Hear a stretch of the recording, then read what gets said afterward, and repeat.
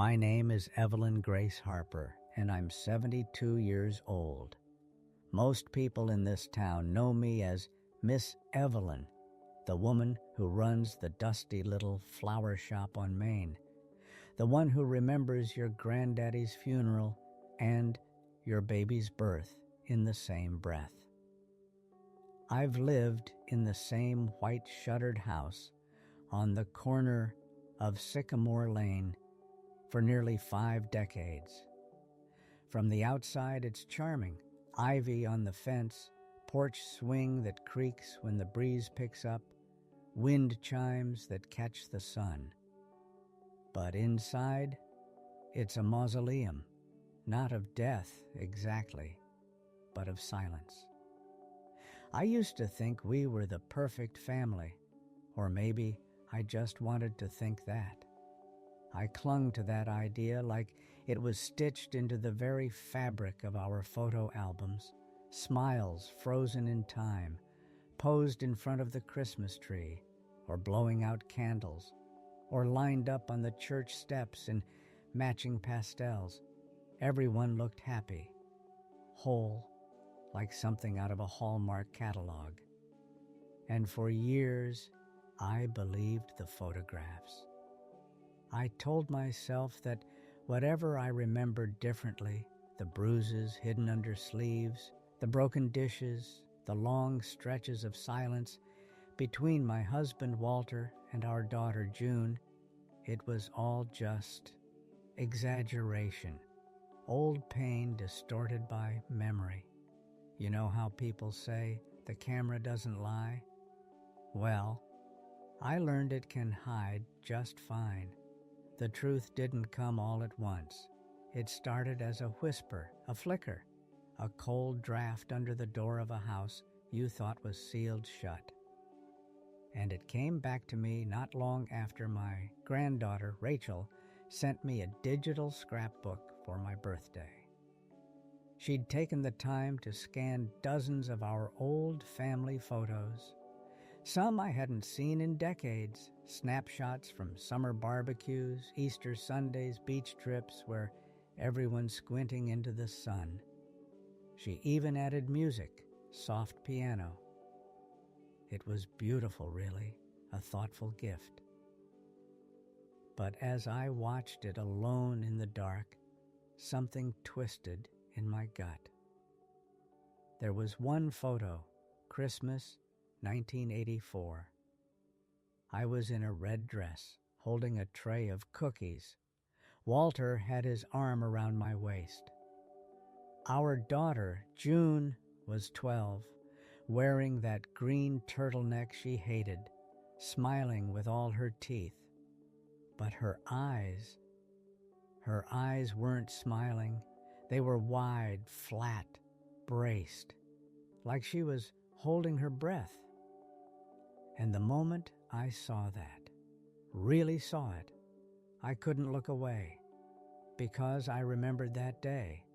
I remembered the shouting before the photo, the slammed door, the way Walter grabbed her wrist so hard she yelped, then said, "Smile, damn it, it's Christmas." And she did. She always did. After that, I started going through the old boxes myself, the ones in the attic, the ones Walter had always said were just clutter. I pulled out photo after photo, birthdays, graduations, family dinners, and slowly patterns began to emerge, details I'd never let myself notice before. The way June's hands were always folded in her lap, tense. The way she flinched when someone raised a hand too quickly. The way she never leaned into her father's embrace, not once. And just like that, the happy narrative started to unravel. But I didn't stop there. Because buried at the bottom of one box, beneath school drawings and yellowing report cards, I found something else, a stack of letters, folded, faded, addressed not to me, but to no one.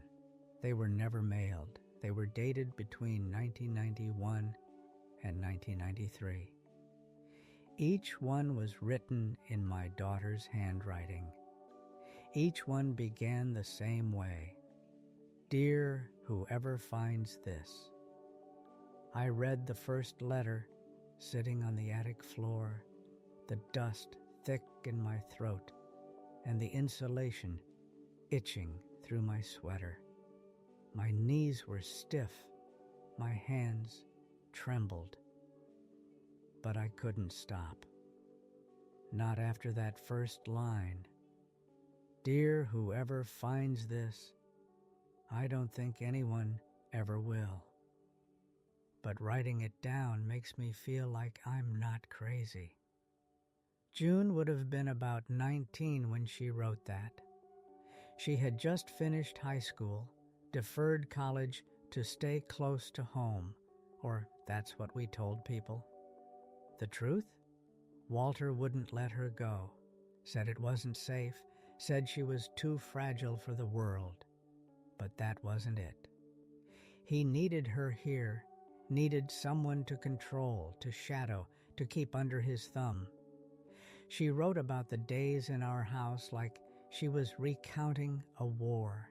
Each paragraph a trench, each sentence a whisper from inside a locked door.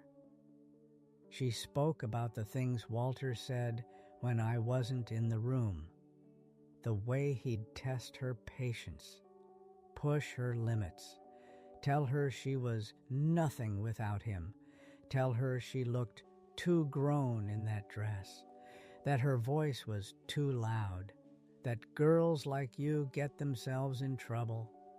I stopped reading and stared at the handwriting for a long time, that tight, upright cursive, the way she dotted her eyes with little circles like she had as a child. I could still remember her at the kitchen table, 3rd grade, tongue poking out the corner of her mouth as she practiced. She always wanted her words to be perfect.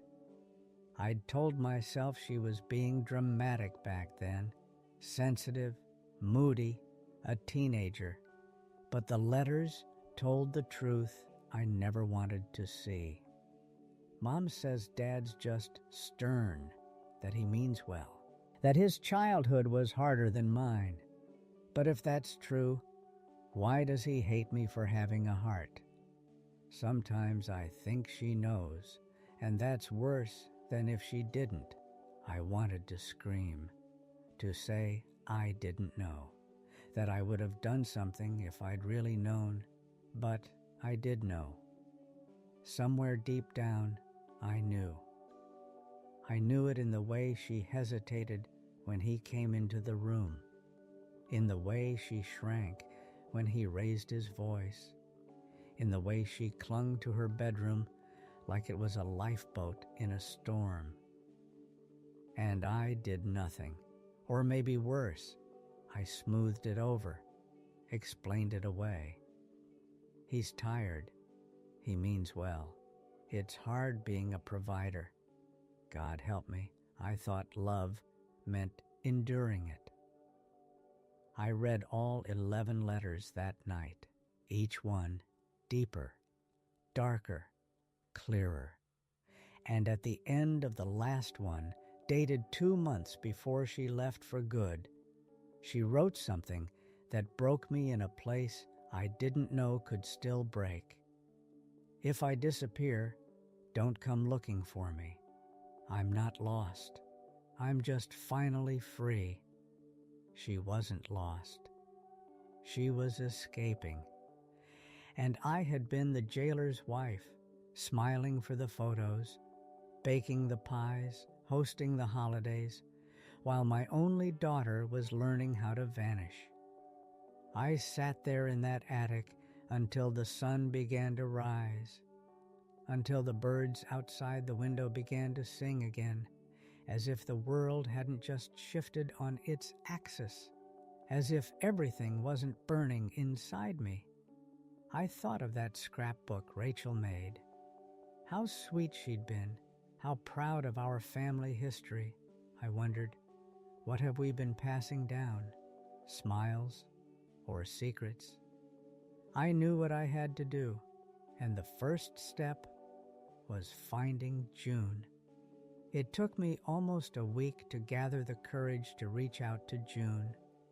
Not because I didn't want to, God knows I did, but because I didn't know if I deserved to. When she left at 20, she didn't slam the door. She didn't scream or throw plates or say goodbye in some dramatic fashion. She just slipped out. One morning she was there, sipping weak coffee and picking at her toast, eyes hollow. And the next, her room was empty. Her dresser drawers pulled halfway out, her closet bare. No note, no call, just the echo of her absence. Walter had scoffed. "She'll come crawling back when the world chews her up," he muttered, folding his napkin and going right back to his paper. She never did. I blamed her at first, told myself she was ungrateful, that she didn't understand the sacrifices we'd made. I told anyone who asked that she was finding herself, studying in the city, just needed space. I even started to believe it. That's the trick about lies you tell yourself. They don't start as lies. They start as armor, thin, shiny, comfortable at first, until it rusts, until it suffocates. Now, with the letters spread out before me like Holy Scripture, every word of that old story turned to ash. I searched for her online, something I hadn't done in years. I'd told myself I didn't want to invade her privacy, but the truth was, I was scared of what I might find, or what I wouldn't. It didn't take long. A website, professional-looking, pale gray background, her name at the top, June Harper, followed by a subtitle that stopped my breath. Trauma recovery coach, writer, advocate for adult survivors of familial abuse. I stared at the screen for nearly an hour, not because I didn't believe it, because I did. And for the first time, I saw her, not the version of June I had built in my mind, not the sweet, obedient daughter from Christmas cards, not the shadow I told myself I loved enough, but the real woman she had become. She had written essays, given talks. There was a TEDx clip, short, 20 minutes, filmed in a modest theater. I clicked play, and then I wept. She stood on that stage in a soft gray blazer and dark jeans, her hair pulled back, her voice steady, and she told our story.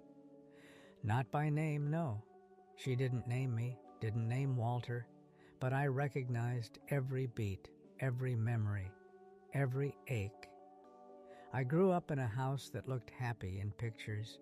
We had rules, routines, Sunday dinners, but underneath, it was control, silence, fear, and no one ever said anything because family was supposed to mean protection. But sometimes, family is the first place you learn how to disappear. Her voice didn't shake. Mine did. Sitting in the dark of my living room, I clutched the edge of the blanket on my lap and felt 72 years of silence turn to splinters. She had survived, not because of us, but despite us. I wanted to call her right then. I wanted to say everything. I'm sorry. I didn't know. I did know. I should have helped you. I failed you. I love you. I still love you. Please let me in. Please. but I didn't. Instead, I sat at my kitchen table and wrote a letter, with a pen, on paper, not a text, not an email, something real. I didn't write to explain. I wrote to confess. I told her I'd found the letters, that I had read every one, that I believed her, that I saw her now in a way I never did when she needed me to, that I wasn't asking for forgiveness. I didn't expect it. I only wanted her to know that she wasn't crazy, she wasn't wrong, and she wasn't alone. I mailed it the next morning, hands shaking as I dropped the envelope into the box. It felt like stepping off a cliff. Then I waited.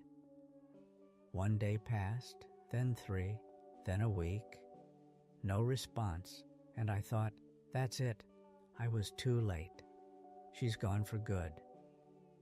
But on the 12th day, a message appeared, a simple email from an address I didn't recognize at first. The subject line read only, "Your letter." I opened it, heart in my throat. "Hi, Mom." I didn't know what to say at first. I wasn't sure I wanted to say anything at all. But I got your letter, and I read every word, and I cried. And then I got angry, and then I cried again, and I think, maybe I'm ready to talk. I covered my mouth with my hand and let the sobs come, deep, guttural, purging sobs. Not because I'd been forgiven, but because she hadn't shut the door. And that was something. It wasn't healing, not yet, but it was a beginning. We arranged the call for a Sunday. June said she preferred mornings, before the world got too loud. So, 10 a.m. Sharp, I sat in my old kitchen, the same one where I had stirred soup while my daughter tried not to cry in the other room. The same table where Walter used to slam his coffee mug when she talked back. The same linoleum floor she once slipped on when she was 10, and he yelled at her for being clumsy. I turned the old laptop on, waited, watched the little spinning circle. My hands were sweating. Then she was there, on screen, older than I remembered her, more sure. Her hair was darker now, cut shorter. Her face had the softness of someone who had finally begun to breathe, but her eyes, those hadn't changed. Still deep, still searching, still braced for impact. We stared at each other for a few seconds, silent, measuring. Then she gave me a small nod. "Hi, Mom." I opened my mouth. Nothing came. "Hi," I managed. My voice cracked on the word. "You look strong." She didn't smile, not yet. "I am," she said. I had to be. The air between us was tight, stretched. "I read your letter," she continued. "It was honest." She paused, then added, "Maybe for the first time." That one stung, but it was fair. "I should have written it a long time ago," I said. She gave a small, bitter laugh. "Yeah. Well, we don't get time back, do we?" "No," I said quietly. "We don't." She leaned forward slightly, her face closer to the camera. "Why now, after all these years?" And God help me, I didn't know how to answer that at first. Not in a neat sentence, not in something poetic. I took a breath, looked at her, and told the truth, because I saw the pictures that made her blink. The ones in Rachel's scrapbook, I said. The smiles, the poses. I saw what you were hiding. June looked down, then up again. Everyone saw, she said. They just didn't want to see, I nodded. I didn't want to see. I think that was worse. She didn't argue, just waited. I thought I was protecting you, I said. I thought if we just held it together, pretended hard enough, the bad things would go away. But they didn't. No, they didn't. She leaned back in her chair, folded her arms. For a long time, she said, I thought I must be crazy. Because how could something feel so wrong when everyone kept telling me it was fine? When the pictures said it was fine, when you said it was fine, I felt my face crumple. You weren't crazy, I said. You were the only one who wasn't pretending. That seemed to land. Something in her shoulders softened. I don't want to go back, she said. Not to that house, not to that life. I don't expect you to. I don't want to reset or to pretend we're okay. I don't either. I need honesty. All of it, I nodded, and then I said it. The first time he hit you, I told myself it wasn't what I saw. Her lips parted slightly. I told myself it was a misunderstanding, that you'd pushed him, that it was stress. But it wasn't. It was violence, and I let it happen again and again. I failed you. Tears welled up in her eyes, but she blinked them away. I used to lie awake and pray you'd come into my room, she said. Not to save me, just to see me. I see you now. She inhaled shakily. I'm still angry, she whispered. You have every right. I don't know if I can forgive you. I'm not asking for that. I want to stop feeling like I'm carrying all of this alone. You're not alone anymore. We both sat there, silent, as the words settled. Then she said something that stopped my breath. You remember that picture, the one on the fireplace mantel? Me in my Easter dress? I was 11. I nodded. I knew the one. Pink satin, lace gloves, hair curled just right. She looked like a porcelain doll. That was the day he shoved me into the hall closet, she said flatly. I don't even remember why, just that it was dark and I couldn't breathe. But then you made me come out for the photo, said it was tradition, said Grandma was waiting. I remembered the way she flinched when I touched her arm. I thought she was being dramatic. You looked beautiful in that photo, I whispered. I was terrified. She stared at me through the screen. That picture hung in your house for 30 years, she said. A monument to how well we lied. I didn't try to defend it. I just said, I'm taking it down today. She nodded once, then looked away. I thought she might hang up then, but she didn't. Instead, she looked back, and for the first time in the call, she smiled, just a little. I want to send you something, she said, if that's okay. Of course. It's a journal. I wrote everything from back then, the good, the awful, the stuff I still don't understand. I thought about burning it 100 times. But maybe now, maybe it's time someone else reads it. I'd be honored, I said.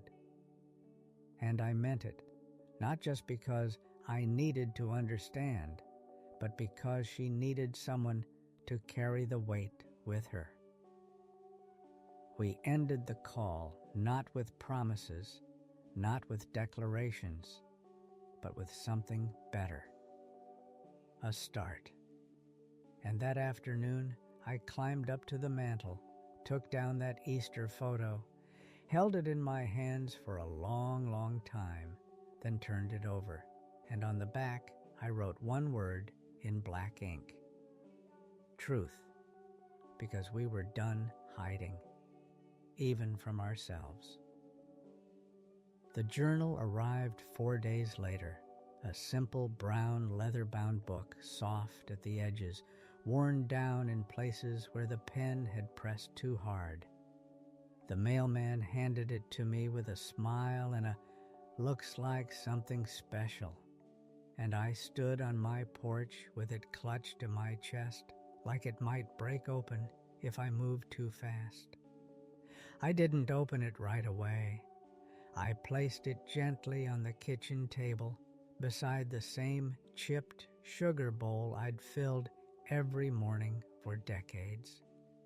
The same table where Walter used to read the paper while June stared at her cereal, her shoulders tight, her mouth sealed shut.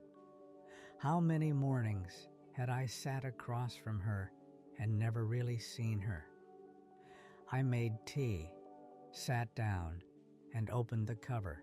The first page was blank, but on the inside flap, in bold block letters, she'd written, "This is not a story. This is evidence." The first entry was dated June 5th, 1989. She was 14. He told me I talk too much, said I'll never find a man if I keep running my mouth. Then he grabbed my arm, hard. I didn't cry, but I wanted to. Mom was outside with the roses. I wanted her to see. I think she did see, but she didn't come in. My breath caught in my throat. Entry after entry, page after page, I read things I had never let myself acknowledge. I'd always known Walter had a temper. I thought of it as his flaw, the thing we excused in men like him. Hard-working men, stoic men, providers. Men who kept a roof over your head and expected obedience in return. But what June described wasn't a temper, it was terror. He tells me I'm lucky he's my father, that no one else would put up with me, that Mom agrees with him even if she won't say it out loud. I hid in the laundry room for an hour. Mom didn't notice. I dream about running away, but I'm scared, not of what's out there, of what he'll do when I try. I stopped reading halfway through. I couldn't go on. I set the journal down and pressed my hands to my face. My skin felt thin, my bones hollow. I wasn't crying, at least not the way I had before. This was different. This was paralysis. I'd lived through these years too. I'd walked through this house while those things were happening. I had kissed her goodnight after some of these entries were written, and I had no idea, or worse, I did, and I'd buried it. And now, here it was, exhumed in ink. The rest of that day passed in a haze. I walked the perimeter of the house more times than I could count, stood in front of every photo, every framed memory, and asked myself, what were we hiding behind these smiles? What price did we pay for all this peace? That evening, I called June, not to talk, just to listen. She picked up after 2 rings. "You got it?" she asked. "I did," I said. Long pause. "Did you read it?" "Not all of it. I had to stop. I understand. I want to finish, I said. But I also want to ask, what do you want me to do with this? Just know it? Or something more? She was quiet for a long moment. Then she said, I want people to know, not just you. I want the lies gone, the myth of the perfect family, the pictures, the smiles, the silence. I want the truth to live somewhere besides my body. Her voice broke on that last word, body, and I realized how much weight she had carried in her skin, her muscles, her cells. The memories weren't just stories. They were stored, and she was tired of being the vault. I'll do it, I said. But I don't want pity, she added. You won't get it. Then what? Recognition, I told her. Honesty. Maybe healing. She didn't respond right away. Then, I never thought you'd say that. Not in a million years. Neither did I said. But I'm done being the woman who smiles through other people's suffering. We hung up without promises, without plans. Just the understanding that something had shifted. I spent the next 3 days reading the rest of the journal, slowly, carefully, with a pen in hand to make notes, not to correct, but to mark the moments where I remembered something differently and finally saw how wrong I'd been. Then I did something I never thought I'd do. I invited my niece, Caroline, over. Caroline is Walter's brother's daughter. She grew up around us. Used to babysit June when she was little. I'd always thought of her as sweet, quiet, no trouble at all. We hadn't spoken much since Walter passed, but I knew she still lived in town. I asked her to come by for tea, told her I had something on my heart. When she arrived, I offered her a seat, poured her a cup, and then, without preamble, I handed her the journal. She looked confused. What's this? She asked. June's truth, I said. Ours too, if we're brave enough. She didn't open it right away, just held it, studying my face. Why are you showing me this? She asked, cautious.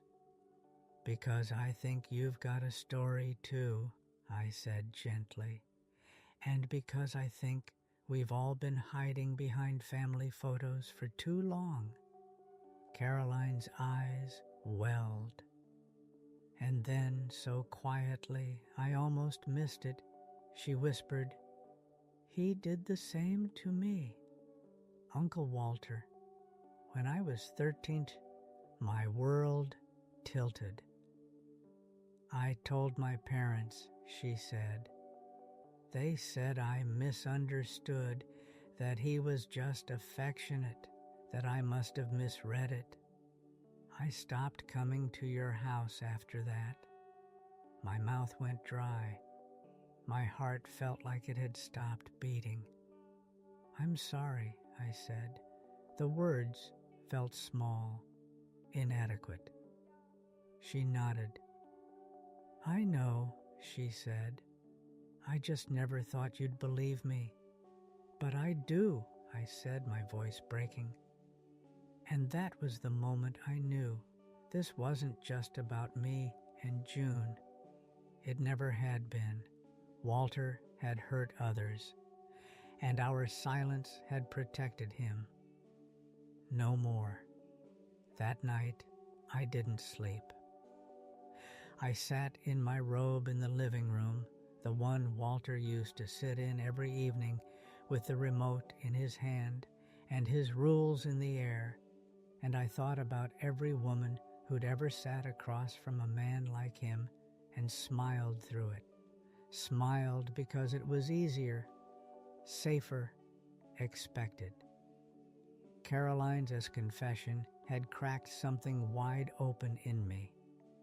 Walter had always been respected in town. Reliable, reserved. A man who kept to himself, which people always said with admiration, like privacy was a virtue and not a veil. And I had helped keep that veil in place, folded it, ironed it, hung it back up every time it started to slip, with my silence, my apologies, my polite small talk at potlucks, and my, "Oh, you know how he is," laughter. But no more. The next morning, I drove to June's childhood friend's bookstore, Heather's place. She and June had been inseparable until about 10th grade, when Walter said Heather was a bad influence and made it clear she wasn't welcome anymore. I never questioned it, never asked June what happened. I just enforced it, like I did everything else. Heather looked surprised to see me. "Mrs. Harper," she said, "it's been, wow, years. Just Evelyn now," I said. "I was wondering if I could talk to you about June." She tilted her head, guarded. "What about her?" I took a deep breath. I wasn't the mother I should have been, and I'm trying to fix that, the best I can. I found her journal. I read it. I know what happened now. Heather's posture changed, like something released in her spine. Her shoulders dropped. Her voice softened. "I believed her," she said. "Always did, but nobody else wanted to. She told me when we were 16 that she was scared of him, that he watched her too closely, said things that made her skin crawl. I tried to get her to tell someone. She said no one would believe her, especially not you." A sharp pain pierced my chest. "She was right," I said. "Back then, I wouldn't have." Heather didn't speak for a long time. Then, gently, "So why are you here now?"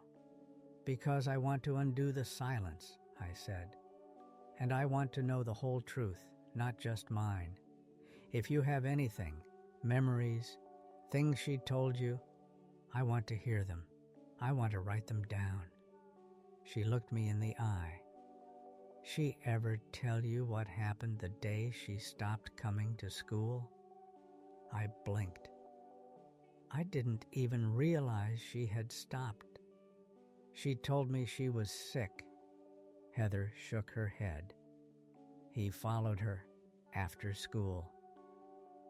She was walking home alone. She missed the bus. She told me later he drove past her 3 times, slow, real slow. Then he pulled over, said she needed to come with him, that she'd embarrassed the family with how she acted in church the day before. She said he locked the car doors, wouldn't let her out. I stared at her, horror rising in my throat. She said nothing happened, but it wasn't because he didn't want to. It was because she kicked the dash hard enough to crack it. He stopped the car, screamed at her, and made her walk home. She had bruises on her legs for a week. The ground under me shifted. "I never knew," I whispered. "She didn't want you to," Heather said. "She said protecting you was the only thing that made her feel powerful. Isn't that something? You were the one she'd tried to protect." I left the store in a daze. Sat in the car for 20 minutes before I could turn the key.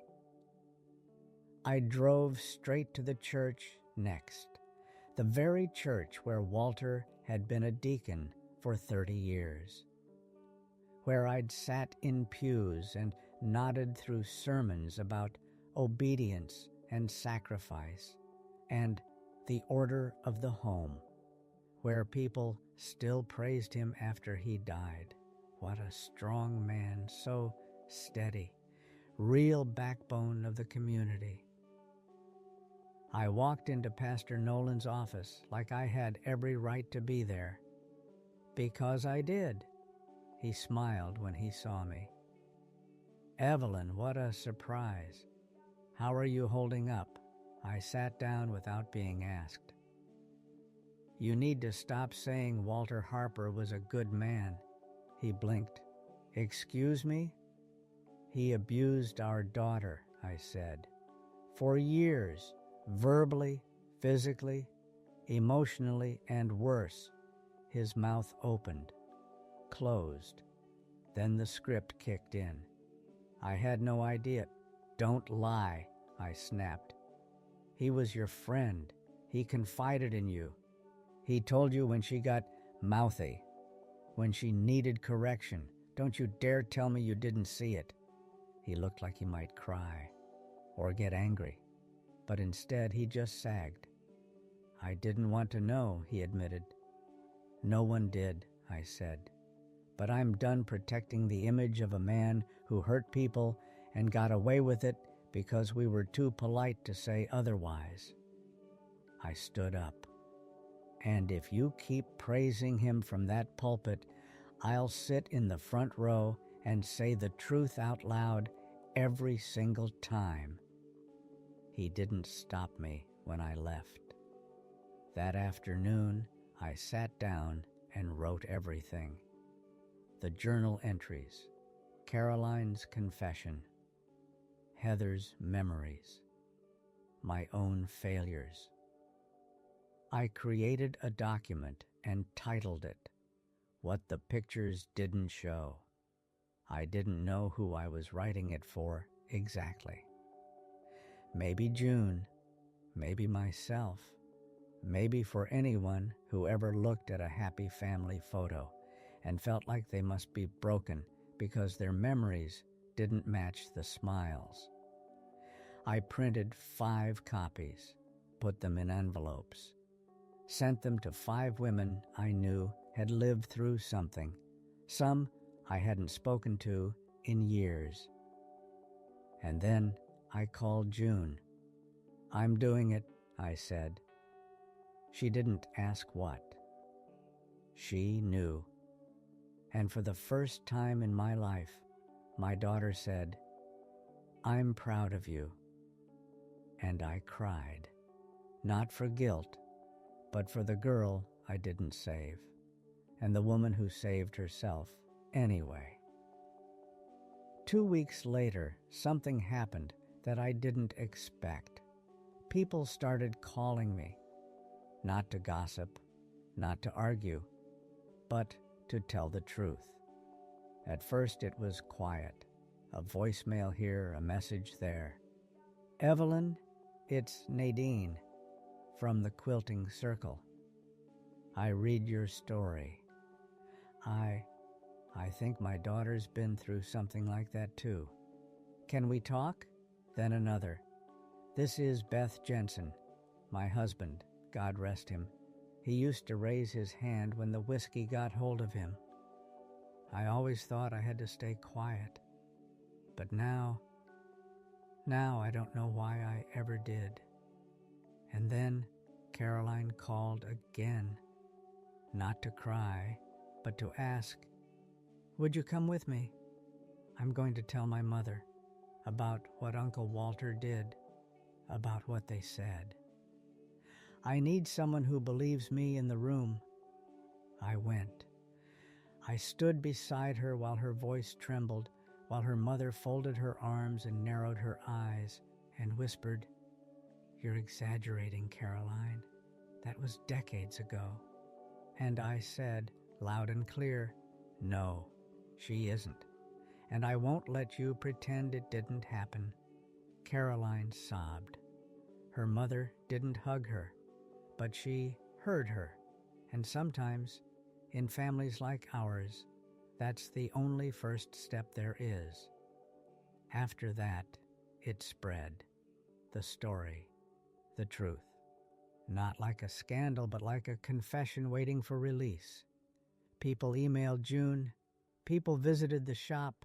People came out of corners I never knew they'd hidden in. One woman, Cheryl, who I hadn't seen in 20 years, came into the flower shop one Tuesday afternoon, looking like she'd aged 3 decades in half that time. She didn't even browse, just walked straight up to the counter and said, "My father used to take me hunting, said it was our bonding time. I never liked guns, but that wasn't why I cried at night. We sat in the back of the shop for hours, no flowers, no pretense, just honesty. I called June that night. I think this is bigger than us," I said. She was quiet for a moment, then replied, "It always was." That weekend we made a plan. We would host a gathering, a space for people to come and speak or simply sit. No church hall, no ceremony, no polished words, just a circle, a porch, a fire. We called it the unspoken. I expected 10 people. 30 showed up. Then the next weekend, 50, then more. We moved it to the community center. We brought in counselors. A retired social worker offered to mediate. A woman from the state hotline came with brochures and soft hands. June spoke first.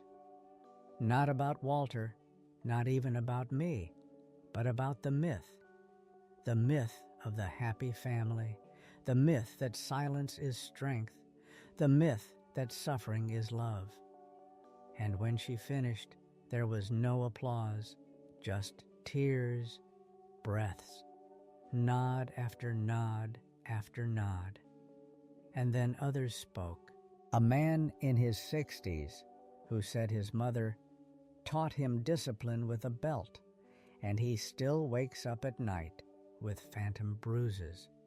A woman who whispered about her grandfather and how he taught her to keep secrets with candy and threats. A teenage boy who said he didn't know why he cried every time his dad said, "I'm proud of you," because he didn't believe it. They told their stories, and we listened. We held hands. We passed tissues. We sat in the dark and said, "You're not broken. You were hurt." After the 3rd week, the local paper wrote a piece. Not scandal, not shame. The headline read, "The Town That Stopped Pretending." I clipped that article, hung it in the flower shop, and then one evening, after the final person had left our 4th gathering, June and I sat outside on folding chairs under the stars. "I used to think healing was something you did alone," she said. I looked at her, older and stronger and softer all at once. "I used to think hurting was something you did alone," I said. We both laughed then, tired, sad laughter, but real. Then she asked, "Do you remember that picture?" "Which one?" 4th of July. I was 10. You in a red dress. Me with a sparkler. Dad behind us, arms crossed. I remembered it well. It had lived on our fridge for 15 years. "I found it," she said. "I burned it." I didn't flinch. "Good," I said. She turned to me. "I don't want to forget," she said. "But I don't want to live there anymore." "You don't have to," I said. "You're building something else now." She looked back at the house, then at me. "We both are." And just like that, the porch light behind us flickered on. Not because someone turned it on, but because the motion was finally enough. The first anniversary of the unspoken came faster than I expected. We held the gathering in the same place, our town's old community hall. the one that used to host bridal showers and Bible studies and harvest potlucks. But that night, it held something holier, truth. The crowd had grown, over 200 people, some from the next county, some from 2 states away, survivors, advocates, parents, sons, daughters, grandparents, strangers who came with heavy hearts and left with something lighter. Not forgiveness, maybe, but space. Witnessing, there was a banner this time. No more silence disguised as love. June stood in front of it, speaking with the clarity of someone who had turned pain into power. She read a letter, not hers this time, but from a woman who had attended the very first meeting, who had since passed away. A suicide. Her note had been left with one sentence underlined. It wasn't the hurt that killed me. It was never being believed. We lit a candle in her name, and then one by one others stood up. A father who said, "I used to yell like my dad yelled." Then one night my daughter flinched when I moved too fast. That was the last day I raised my voice. A woman who brought her mother, yes, her own mother, and said, "She didn't believe me when I was 6. But she believes me now, and she's the one who drove me here." A teenage girl who trembled as she spoke. I thought something was wrong with me because my uncle touched me and I couldn't stop it. But I learned that wasn't my shame to carry. And me, I stood at the end, as I always did. I told them who I had been, a mother who loved too quietly, a wife who watched too long, a woman who chose the comfort of tradition over the safety of her own child. And then I told them who I was now, someone who believes, someone who asks, someone who stays in the room when the truth is ugly. Afterward, June and I sat on the hall steps in the cool evening air. The stars were out again, same sky, different life. She looked over and said, "I was always afraid I'd turn into you." I nodded. "I was afraid you wouldn't." We laughed, a deep, clean laugh, no shadows in it. Then she handed me something, a small, cloth-bound book. I turned it over in my hands. The title was stitched in red thread. The family photos seemed happy until we told the truth. Inside were pages of stories, snippets from gatherings, photographs, not posed ones but real ones, people crying, holding hands, testifying, beginning again. She'd published it, printed copies, started a foundation. I blinked at her, stunned. "You did this?" "We did," she said. That night, I sat in bed and flipped through it again. And when I got to the last page, I found her note. "Dear Mom, you once said you weren't asking for forgiveness. I'm not giving it. I'm giving recognition. You saw me, finally, and you helped others see themselves. That matters more than perfect photos. Love, June." I closed the book and placed it gently on my nightstand. Then I turned off the light. The room was quiet.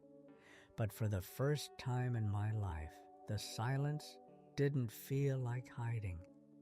It felt like peace.